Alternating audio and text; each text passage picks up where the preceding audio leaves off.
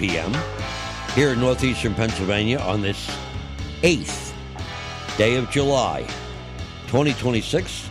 Hal Turner back with you live.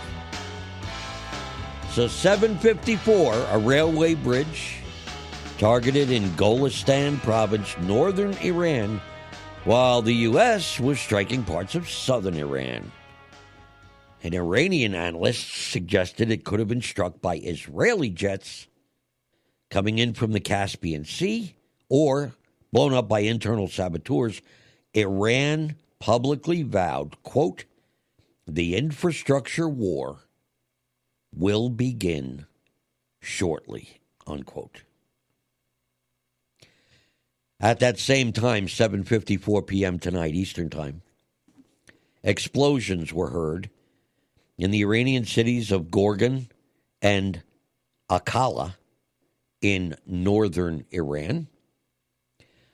And a news report from Iran's Press TV claimed that around 10 explosions were heard in Chabahar and Konarak. Well, at 8:41 p.m. tonight, it became clear that the United States has begun striking bridges in Iran.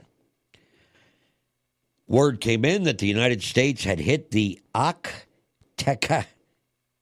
I'm sorry, let me pronounce this again. The United States had hit the Akteka Khan Bridge in the Golestan province of northern Iran. And the United States also hit the Gorgan railway line. This was reported by Iran's Fars news service. This is the deepest U.S. strike into Iran since the fighting began in late February, early March. And this was the first U.S. strike on Iranian transportation infrastructure since the April ceasefire. As I was walking up the steps to come into this studio, I was given flash traffic that the Daganchi Bridge near Gorgan in northwestern Iran had been targeted just minutes earlier. And then I got the punchline. The attack originated from Turkmenistan. Whoa. Well, I had to look up where Turkmenistan was, because that's not a country that you hear of an awful lot. And I had no idea where it was. If you look at a map of Iran, and specifically northern Iran, the coastline of Iran meets the southern coast of the Caspian Sea. And at the eastern shoreline of the Caspian Sea begins Turkmenistan. And it kind of wraps around the northeastern border of Iran. So, Turkmenistan doesn't have an air force. Turkmenistan is not friendly to or hostile against Iran. Russian radar tracked the origins of this attack.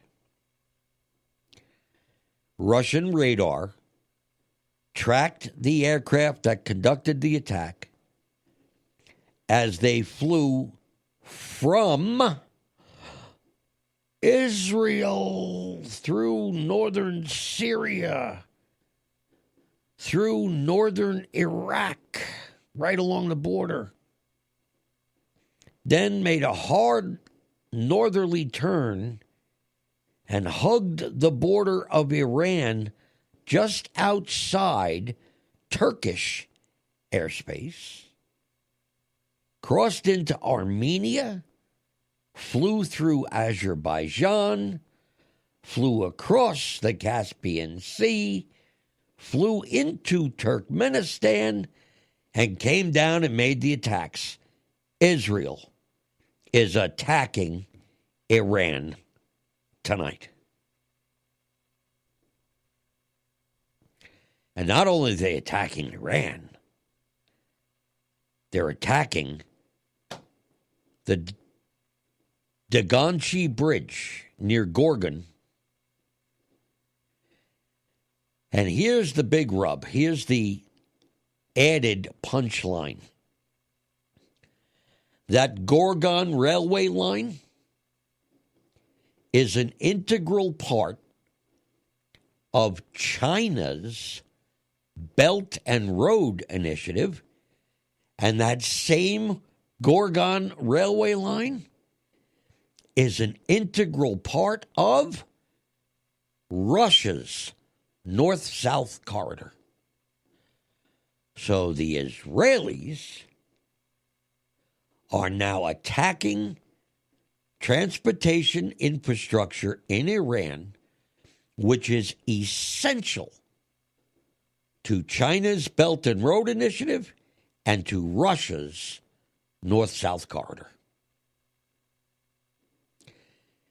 As a result, Iran's Khatam al-Anbiya central headquarters publicly announced that they are going to attack the Firebird AI data center in Armenia.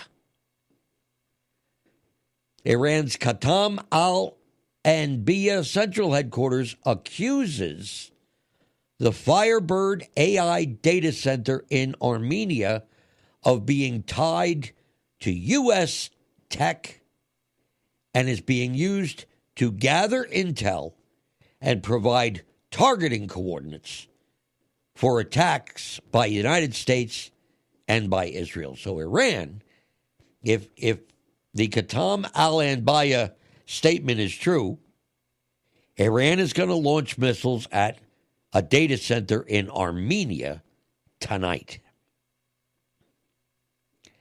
Now, Armenia has good relations with Iran and very bad relations with its neighbor Azerbaijan. Azerbaijan is Muslim. Armenia is the oldest Christian nation on earth. And they're squeezed between Turkey on the west, Azerbaijan on the east, Iran to the south, and Georgia to the north. Right in the middle of all manner of Muslims. So this tonight, I think, is going to start dragging in more countries. Now, President Trump was at a NATO meeting in Turkey, right? And he flew into the meeting on the new Air Force One 747 with the paint job that I like very much better than the old Air Force One. They had their meeting in Ankara, and it was while President Trump was in Ankara, Turkey, that this reignition of conflict with Iran began. Well, when President Trump left, he left on the old Air Force One. The one with like the light blue UN type paint job. And so people asked, why did he fly here on the new Air Force One and then fly out on the old Air Force One? I got the answer. The old Air Force One has missile defenses. The new Air Force One, they haven't been installed yet. And since the conflict erupted in Iran, and since direct threats of assassination of President Trump are being made by Iranian government officials, they flew the old Air Force One 747 all the way over there so that he could get on that one and travel out because it has missile defenses and the new one doesn't have them yet. So that, ladies and gentlemen, is how seriously the federal government of the United States, and in particular the United States Secret Service, are taking assassination threats against President Trump. They flew an empty 747 all the way from the United States to the Middle East so that he could get on the old one instead of flying on the new one because the old one has missile defenses. The new one doesn't have them yet. That's how serious things are. And the fact that Trump left Turkey after a big NATO meeting, what was announced by Trump himself after that NATO meeting has likely encouraged the Russians to provide the radar tracking information, which shows it was Israeli aircraft that flew into Turkmenistan and then into Iran to attack Iran tonight. At that NATO meeting,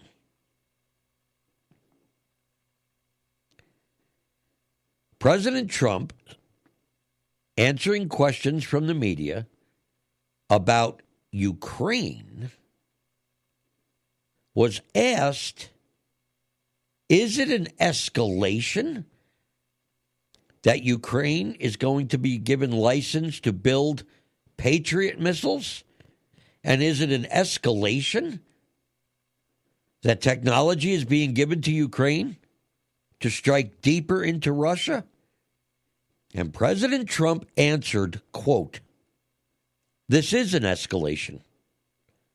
We will help Ukraine strike deep into Russia to end the war."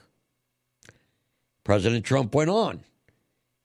He said, "We are discussing the possibility of Ukraine launching strikes deep into Russia so that Russia can see how difficult it is to defend its airspace," said Marco Rubio.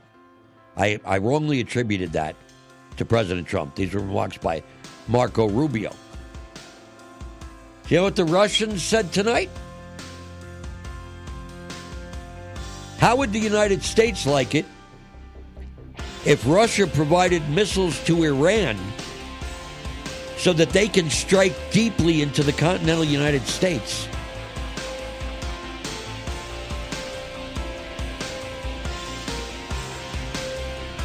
Folks, we are headed for World War III. I don't know